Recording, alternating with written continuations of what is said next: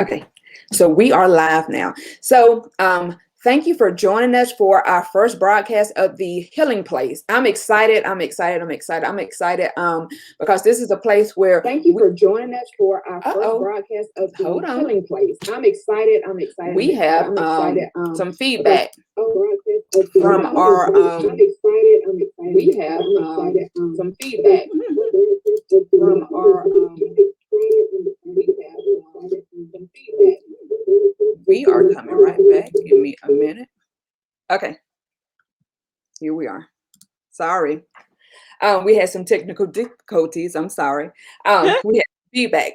But I'm excited about tonight's broadcast. I am excited about our guests on tonight. Again, this is the Healing Place.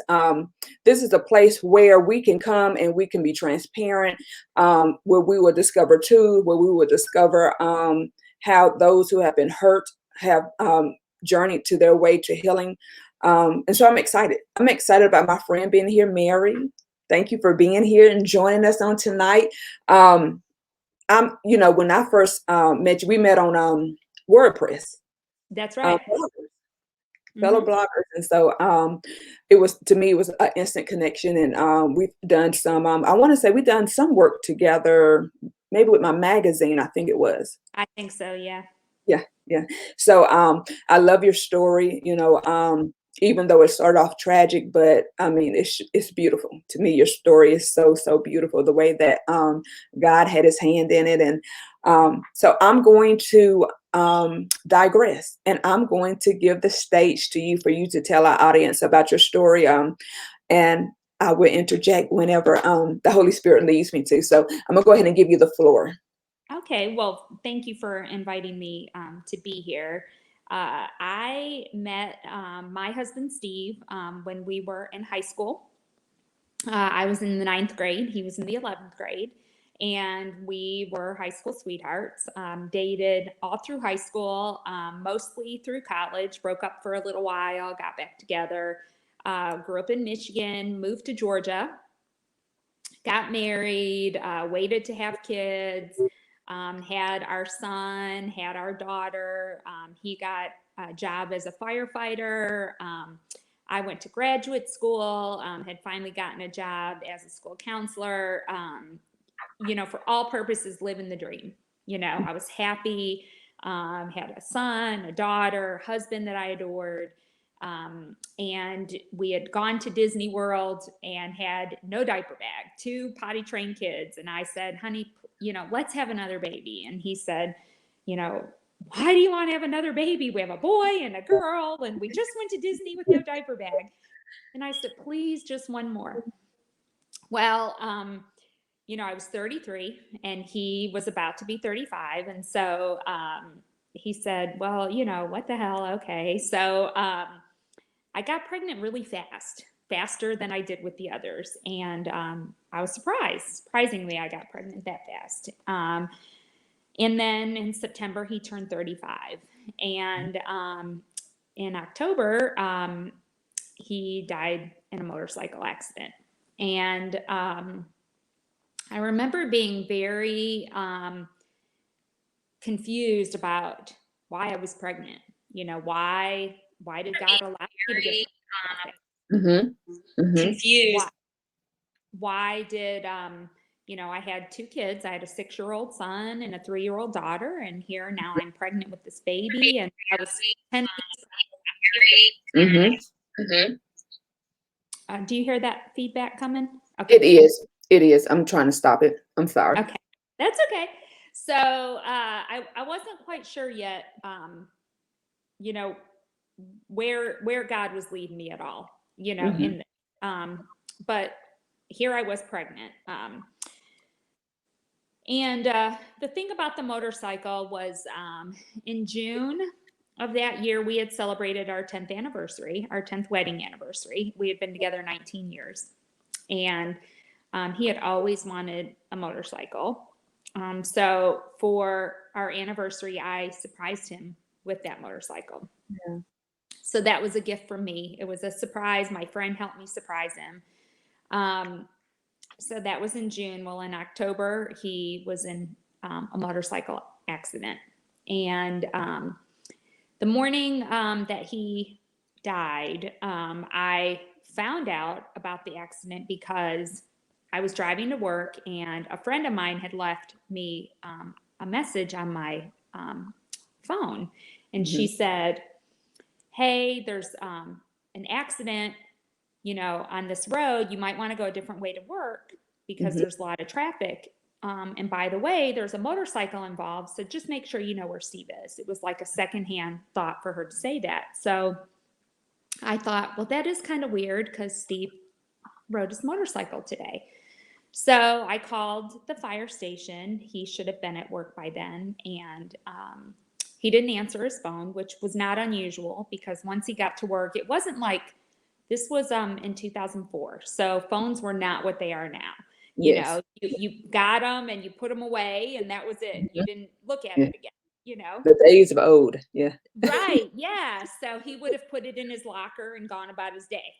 So I didn't think much about him not answering my call. So I called the station itself.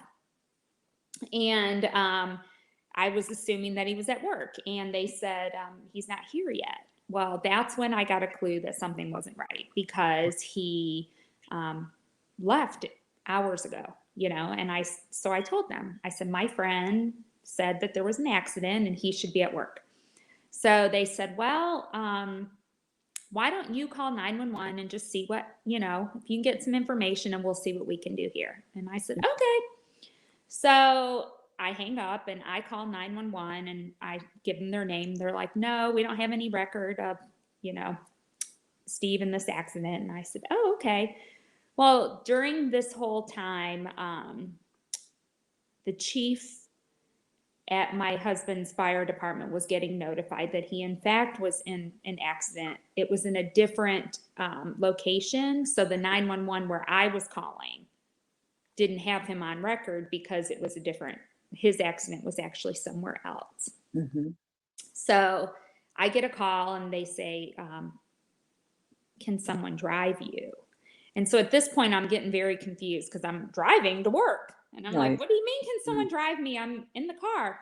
Well, he's on his way to the hospital. And I said, oh, well, I'll just meet you there. And in the meantime, I leave him a voicemail. Hey, babe, I'm on my way to the hospital. Don't worry. I know where you're at because I'm thinking he's worried about me, not thinking that anything fatal or. Yeah. So I get there and the fire trucks are all lined up. And it was very odd because this hospital was in one county and my husband worked 2 counties over, and the fire trucks were from his department. So they were not like Cobb County, they were DeKalb County, they were all lined up. And so everything was very surreal. And they wouldn't let me see him. And they kept telling me he's in a CAT scan. And so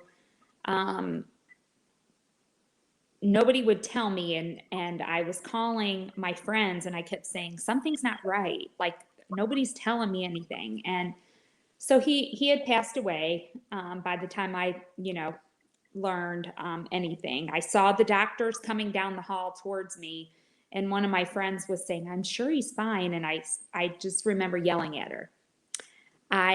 You don't see the way they're looking at me. It's the way they're looking at me. Something isn't right the way they're looking at me, because everybody had that look.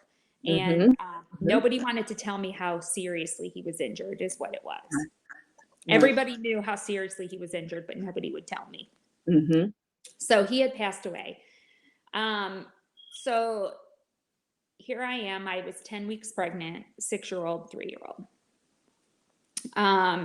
No family here except for a cousin. I live in Georgia. All of our family was in Michigan. So it was a very lonely time. I didn't know any young widows. I was 33. To me, widow meant old grandma. Right. There wasn't the internet. I mean, it wasn't like now where you could go to Facebook and find companionship with others. I mean, you didn't have it.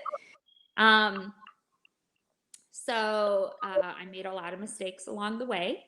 But one thing that I did do was I just kept going to church. Yeah. because I felt like when I was in church, I knew where he was. And it was the only time that I felt like I knew where he was.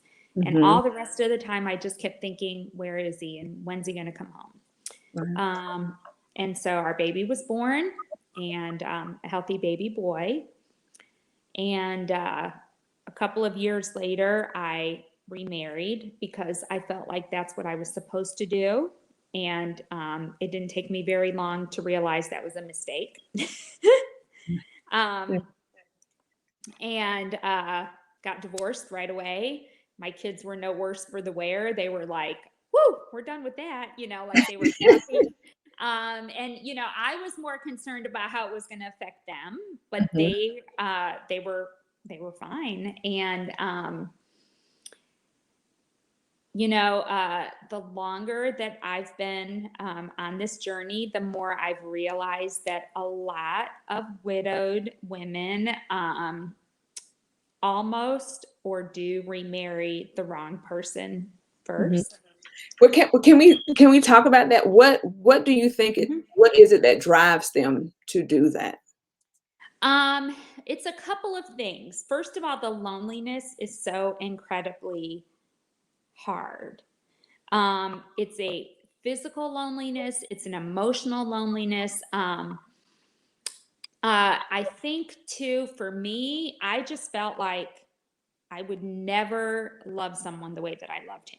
So Mhm. I thought this is as healed as I'm ever going to be, you know? Mhm. So this is as good as it's ever going to be.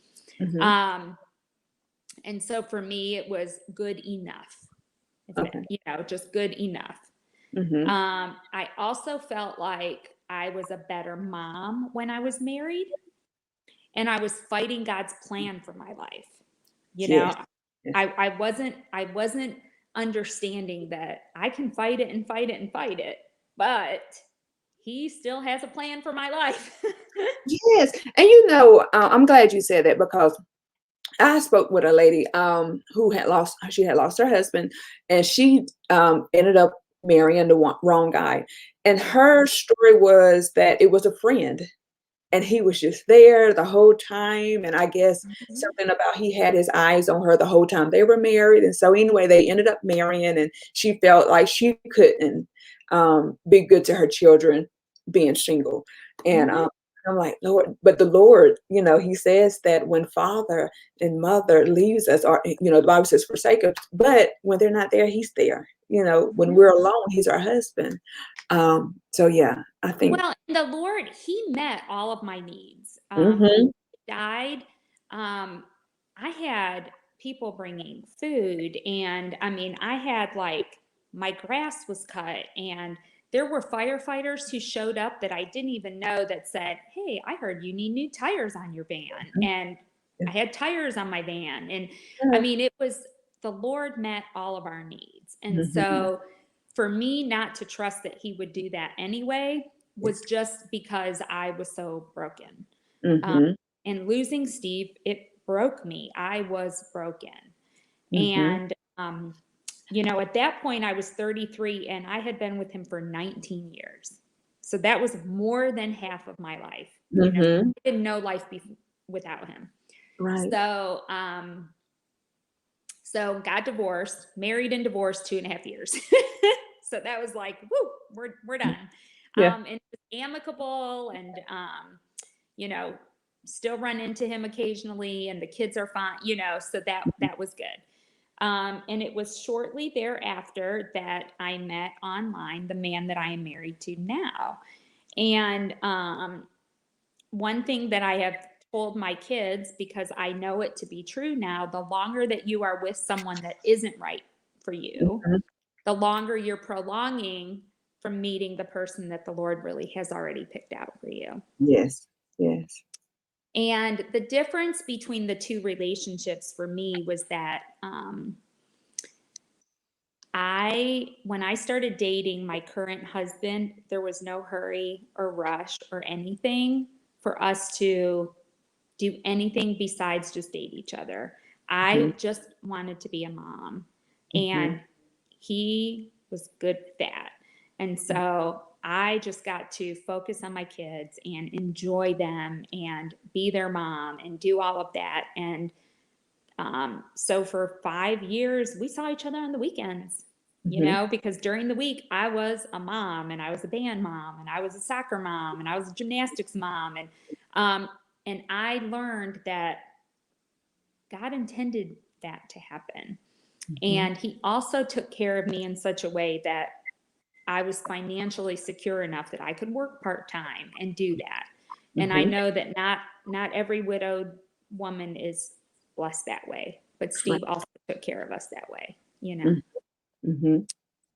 So I met my current husband, and we met online on Match.com. I'm like, we should be on a commercial, honey. Yes, yes. But it really was the hand of God, because our kids went to the same schools, because his ex-wife and I worked in the district that his ex-wife lived in. So there was a lot of things that happened naturally. We didn't have to force any blending. We didn't have to.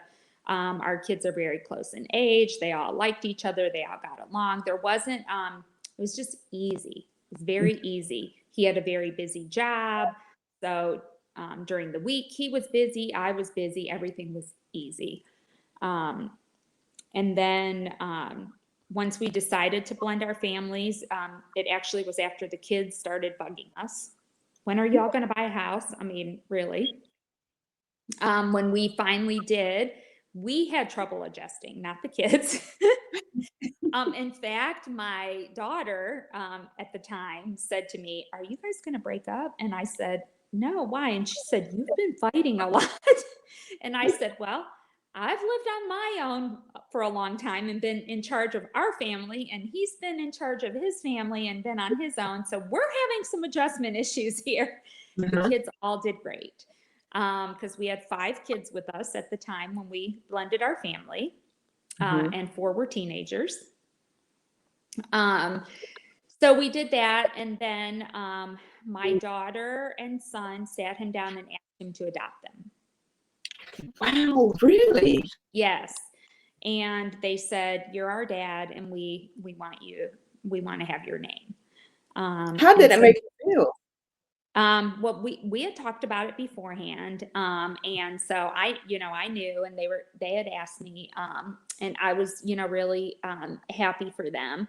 My oldest had decided not to do that because he was already older than 18, and moved out of the house, and so, but they were so considerate. They asked all their stepbrothers and sisters and my other son. So they made sure it was good with everyone, and everybody was good. So at that time, they were still calling my husband by his name. And so his only response was, "Well, you'll have to call me Dad."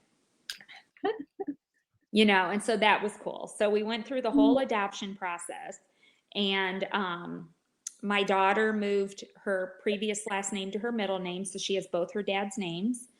And then my youngest son, his middle name is Steve, and so he has both his dad's names as well. Oh, wow. Wow. So Well, that's beautiful. Yeah, that's really, really beautiful.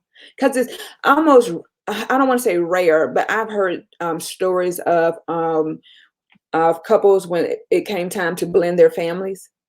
Some of the difficulties that they experienced during that. And So I that's think it's because we waited so long. I mean, I'm thinking, yeah, it was over 5 years before we ever blended. okay.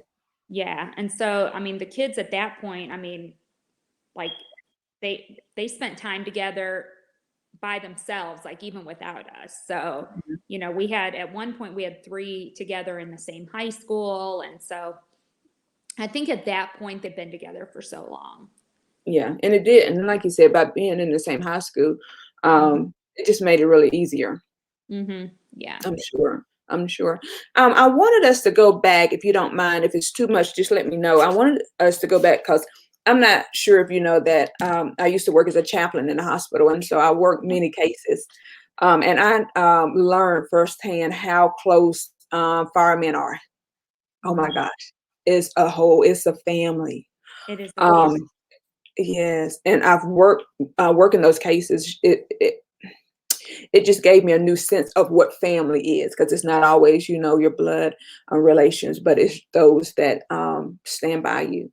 And Yeah. so at that moment when you came to the hospital and you saw um, the trucks lined up, hmm did you have something gnawing at you that said this might not be too good?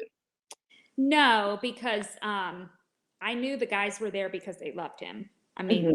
and something had happened. Um, I it was all very surreal. At that time, I had a minivan that had a built-in car seat, and I had my 3-year-old with me. And so I called my school where I worked, and I said, I was the school counselor at a high school, and I called my coworker and I said, I need you to come get Caitlin and take her to preschool. I mean, at this point, I'm still not even. I'm just thinking Steve's hurt. People are in motorcycle accidents all the time, and they recover. And I said, but you have to get a car seat because I don't have a car seat to give you. Hmm. And, now it sounds so crazy, but so she's like, okay, well, so the firefighters were holding Caitlin. And so, no, I wasn't even thinking about that because we were all so very close. We were all friends. And like you said, we're family. Hmm. Well, what didn't occur to me at that time was that there were people from my church that were showing up, and people from my work and firefighters. And like all of a sudden, all these people are coming. Hmm. And that's when I started saying to my friend, people are looking at me really funny. And there's all these people that are here. And I finally stopped a nurse in the hall and I said, is somebody going to update me on my husband? Because at this point, I mean, nobody had talked to me yet. And Hmm. she said, I know he still has a heartbeat. And that's the first thing anyone said to me. And I said, and that's when I called his parents. Yeah. And they were in Michigan. I had not called anyone yet. And Hmm. I called them and I said, I don't know what's happened, but it's really bad and you need to come here. Yeah. And that's all, that's all I knew. I just said, I don't know, but you need to come here. Hmm. And then by the time I had been told that he died, I called my friend and she said, but I have the car seat.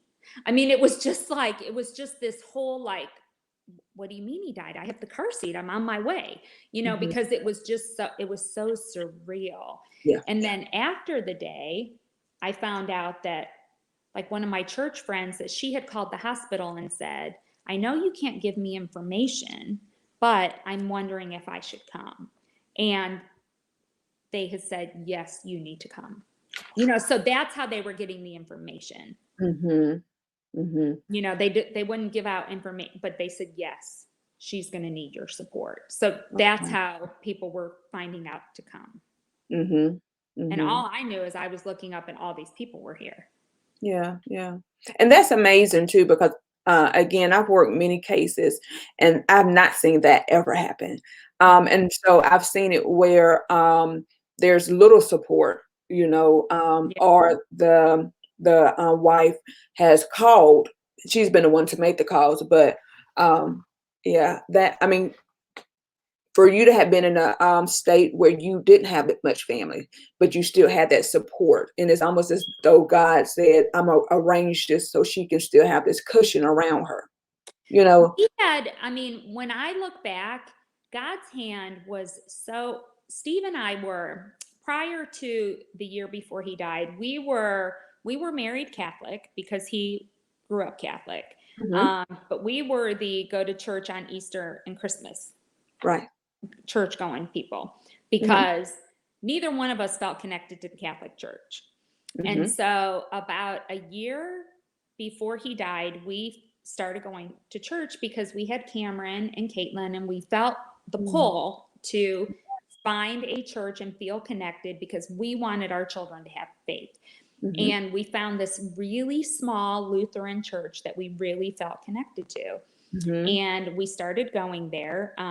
Steve died in October. The previous November, I was baptized, and so were the kids. Wow. In February, we made our wills. I mean, the Lord set us up for this. And when I tell you we were involved in church, Steve was studying the Bible for the first time in his life, because Catholics, they don't really study the Bible. Oh, I know. They don't do like Bible studies, Mm-hmm. and he was going to Bible study. We were volunteering to clean the church. We were like in church, and we were involved in church. We had made our will. So even when he died, all of our documents were all together because we had just made our will. And when we made our will, we got life insurance, and the Lord had set us up. And I had a church family, which really, if it had happened 1 year previous, I would not have. And so that's when I felt God all around me. And God is just so good like that. It's like we cannot beat the love that he has for us, even though we can be in a crisis and we don't understand, but he's so right there. And it's like, I've already went before you and prepared the way. Yes. And then when I was at the hospital and I wanted to see him, when he died, and they were worried, we need to clean him up and this, and I, because I immediately went into denial. You have the wrong person. We're not, because where they were telling me his accident was, I was very confused. That isn't his normal route to go to work. And so I kept saying, like, you have the wrong person, because that's not even the way he goes to work, Right. So I said, I need to see him. I don't believe you. Well, we need to clean him up. I don't want you to clean him up because I don't believe you, But my pastor went in with me. Will you go with me and pray with me? And so the support that I had, I would not have had previously. Wow. And so then it was a different, I had always had faith. I became saved and became a Christian in elementary school. But I wouldn't have had the support of a church family in quite the same way. Yeah. And my pastor. That's very important. Yes. That is very, very important. Because it's nothing worse than, going through a tragic situation and having to go alone by yourself, get through it by yourself without the support, even though sometimes, I know there's a array of emotions that can happen. And at times you might say, I don't want to be bothered, but the fact that people are still keep walking in and letting you know I'm here. Whenever you're ready, I'm here. Well, and our faith, and all the time, growing, like, we don't, I kept the kids, we went to Lutheran church for a long time. And as the years have gone by and we've changed and we've grown, we are now at a more contemporary church, and the kids and I have gone different places. My daughter decided to get baptized again when she was in middle school, and I didn't know what she wrote, because they had to write, and her middle school pastor was going to baptize her, and so as he's reading it, I'm standing there, and of course, I cried my face off because she wrote, my dad died when I was little, and my mom took us to church, and that's how we got through it. And so she's talking about how, and our faith just grew and grew, and that's how we got through losing my dad, and I don't know where I'd be. And so I'm just like crying my face off, because it was at that moment I realized that I didn't raise these kids alone. No. I didn't. He was with me. Yes. Yes. And, but I felt alone a lot of times. And I think that's the thing, especially as when you're a single parent, and it feels like, I know I've had feelings of nobody understands. It's like, you looking on you see me on the outside, but you don't understand how it feels. when I go to sleep at night, when I put the kids down at night, you don't understand how lonely it gets because, of course, God made us for relationships. And Mhm. so when we are used, especially after 19 years, I'm used to this relationship. Mhm. And it's hard to adjust because this has been my routine. This has been Mhm. my normal. And now this is not, you What- know. What's so unique about losing a spouse? And I spend time with new widows, and that's something that I do regularly. Is that when you lose a spouse, you lose the ability to see your future because Mm, you plan. Well, someday when we retire, we're going to do this. right. When our kids are grown, we're going to do this, or this Hmm. is what we're going to do next year. Or I mean, like right now, I already have a condo booked for April for spring break. Yeah, I, yeah, yeah. like these are things you do with a spouse, right? So Hmm. when you lose that person, your Hmm. ability to see the future disappears because Yeah. all of a sudden, all those plans have changed, Hmm. and it shakes the very foundation. And it is a very different kind of loss. And I had someone compare it to a divorce to me, and I said it's not the same, because I didn't choose this. Hmm.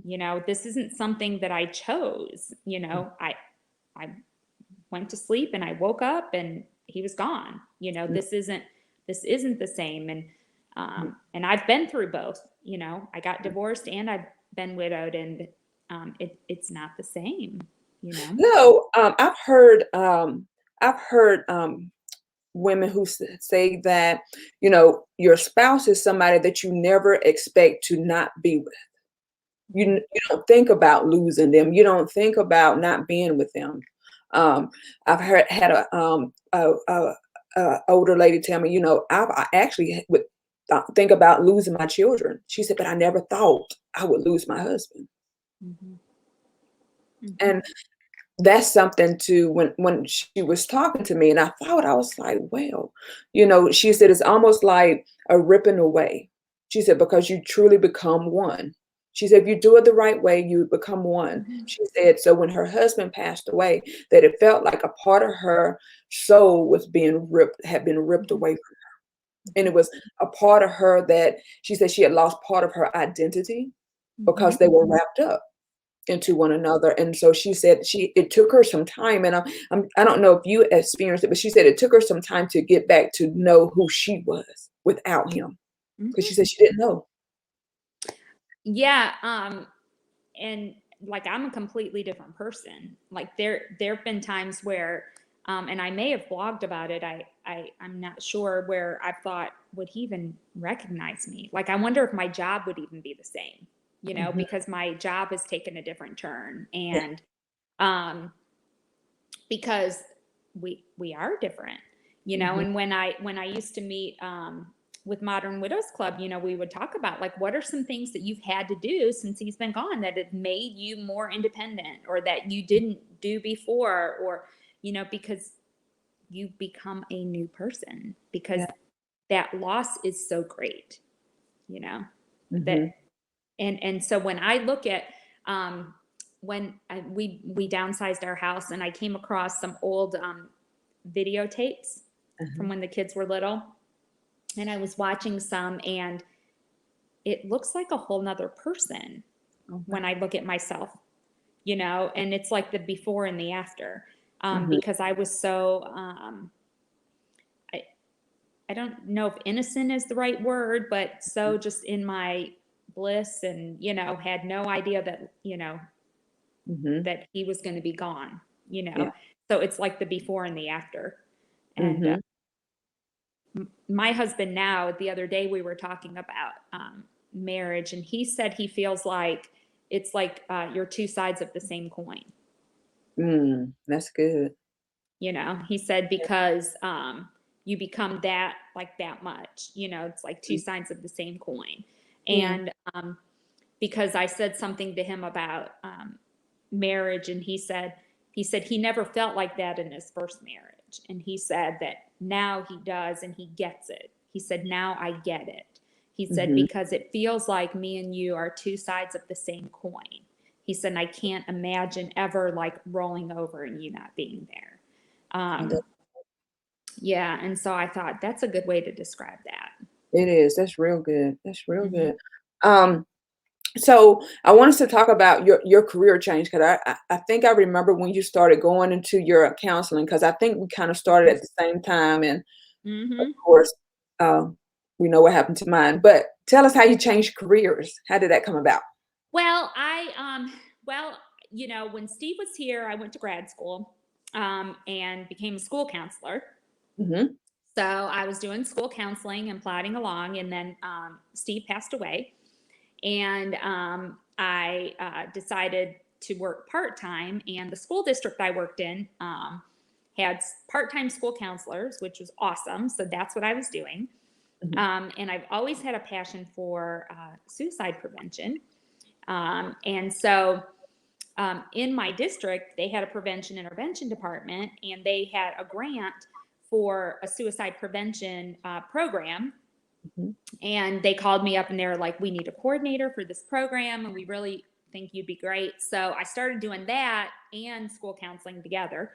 And then it eventually just leaned over to where I was only doing prevention, and I ended up doing that for about 10 years. And then the school district that I live in contacted me about 4 years ago and said, we want you to come over here and do prevention intervention and start all these programs that you've done over in the other district. So, and I had been doing part-time seeing clients as a therapist, and then working in the schools part-time. But when I started here doing it full-time, I just, it's too much. So now I do prevention full-time instead of part-time and part-time therapy.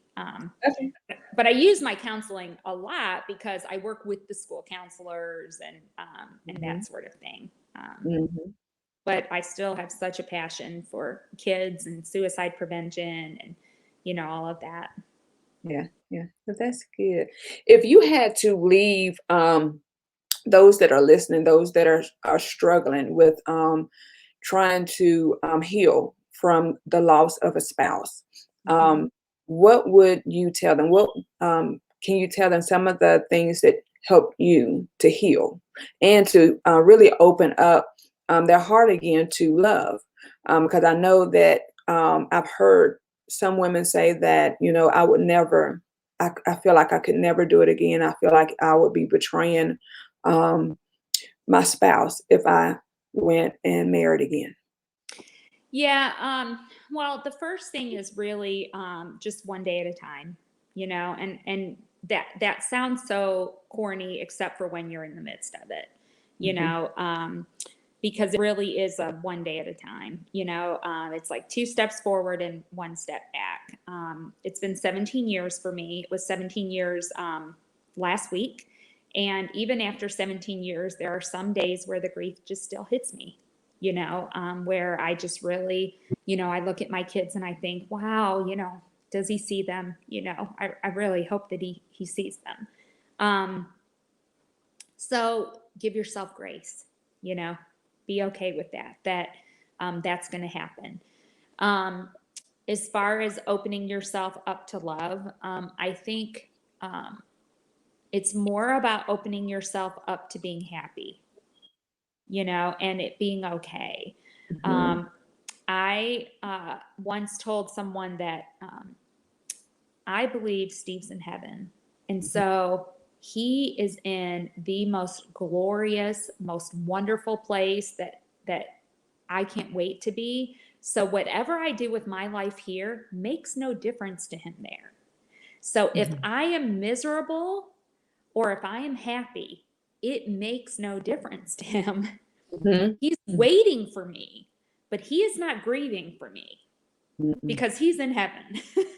And there is no grief in heaven. Right.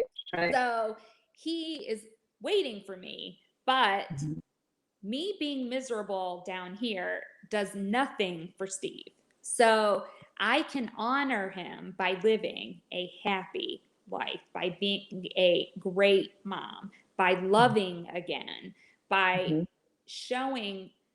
by giving back to God the gift that he gave me, which is my life. Mhm. Because I rode that motorcycle with Steve plenty of times. And if it was my time to go, we would have been on that bike together. Mhm. And so that's how I think about it. You know, if it was your time too, then the Lord would have taken you too. And it's Mhm. not. And so our life is our gift back to God and Mhm. what we do with it. And our spouse is not hurting for us. And my son, at 6 years old, one time came in. I was in my room, and he had heard me crying, and he came in and he held my hand and he said, "Mommy, Daddy will be just fine without you." Really? He did, and I remember thinking, "But I'm not okay without Daddy." But in his infinite wisdom, at 6 years old, he was telling me, Mm. "Daddy's fine, Mom. Why are you crying? Daddy's fine." Yeah. That's amazing because I know that it had to be God put that in his spirit for him to come and tell you. He did, and I just because I just was like, "But I'm the one that's not okay." But Mhm. really, that's what grief is. It's us. It's us wanting them here, but Mhm. they're in heaven, you Mhm. know. And in the Mhm. blink of an eye, we will be there too. Yes, and you know, I was talking to someone who had lost someone, and we were talking, and I said, you know, I said honestly, I said if we could pour back the thin layer between here and the spirit realm, and I said you could see your loved one. I said I promise you, they would tell you they don't want to come back. It's so Mm-mm. much better there, you know, Mm-hmm. and they would tell you to live your life so that one day you can come and see them. That's You right. know, and so it would, like you said, be better to honor them by the way you choose to live your life. And my daughter, one time someone said to her, "Well, gosh, what's it been like to only grow up with them, to have have only a mom?" And she looked at her, she said, I don't know, like that's all I've ever known. Our kids are resilient. I know so many widowed women worry, are my kids going to be okay? They are. They're resilient. Do what you need to do. My son, my 6-year-old, he had the hardest time. He spent many years in counseling. Um, he was on anxiety medication and ADHD medication. And boy, that kid gave me a run for my money, and he was a difficult child to raise, but he is a thriving, healthy adult that's doing good things now. But you know what? Kids are resilient and they're going to be okay.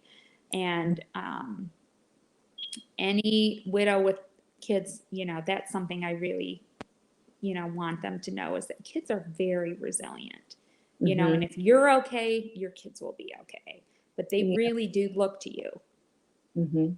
you I know. think that's good. I'm glad you brought that up about your son because sometimes we can go through things and we can blame ourselves and say that perhaps if I did something better or if I wasn't so sad or, this is my fault.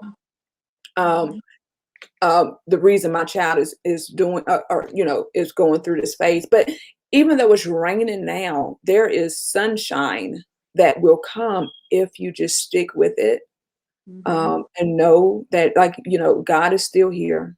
I understand why, but we're going to get through this together. Well, and sometimes you need mental health help.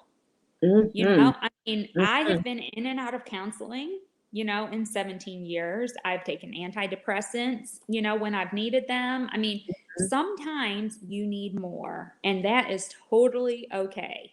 Yes. Sometimes you need more, and it's Mhm. okay. Mm. And, I believe the Lord gives us what we need, He and does. that sometimes Yes. that might be that antidepressant that you need, Yeah. because I'll tell you, my son was a very difficult child to raise. And when I was by myself and I had three of them and he was acting out, and, it was hard, and Hmm. I needed to get support for myself. And Hmm. so, being a good mom means taking care of you too. And Hmm. that's important because when we're grieving, we have to take care of us too. Hmm. That's really good because self-care means a lot. And a lot of times they put so much, people have so much negative or the stigmatism that goes behind seeking counseling, mental health counseling, and having to Yeah. take a pill in order to feel better. Um, and I think me, myself, as a pastor, I oftentimes would tell a member, you need to go and seek help, Hmm. and right now Yeah. I believe you need to get some medicine Hmm. because praying and reading the word is not going to do it for you. You got That, something going on chemically that's that you right. need to go get some help for. And there's nothing wrong with that. No, Especially when you've been through something traumatic, absolutely. you know? Absolutely. And that's when you lose a spouse too, that's a trauma to your body. And it Yes, it takes is. a long time. It's like when you lose a child, whenever you have a loss like that, it takes a long time for your body to recover from that trauma. And Mm-hmm. it's okay if we need help for that. And our children may need help with that. And they may need counseling. And the thing with children's grief is theirs comes and goes. Mm-hmm. I mean, they'll be fine for 6 months and then cry or angry or, I mean, they could be fine for 3 years and then all of a sudden have an outburst. Their grief comes and goes so much. Mm-hmm. And so, Connor, my baby, he, I knew at some point he would realize that his dad died before he was born. And Mm-hmm. he was about 9 years old, and we were at the cemetery. And he looked at the stone and he said, "That's my name there." Because he saw Stephen and that, his middle name. And I said, "Yeah." And he said, 2004. He said, "Is that when he died?" And I said, "Yeah." And he said, "I was born in 2005." And I said, "Yeah." Like he was putting it all together. And I knew it would happen. Mm-hmm. He was 9. And he said, "He died before I was born."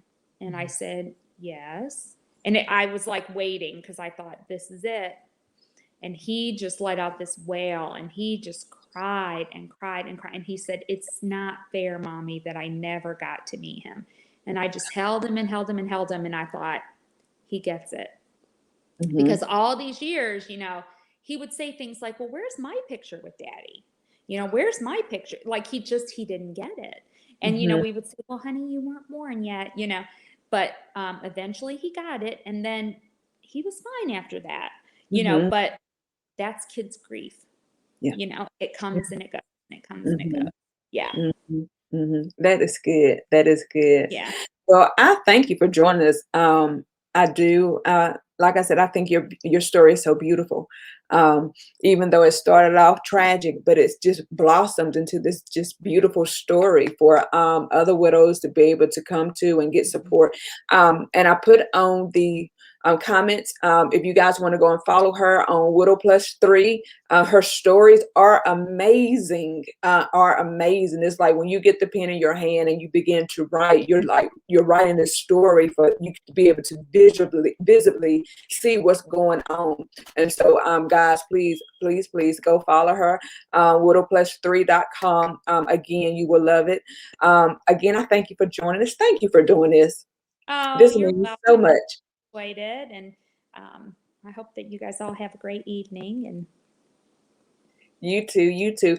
And we hopefully we'll talk soon. Love you. yeah, love you too. Okay, bye-bye. Bye-bye.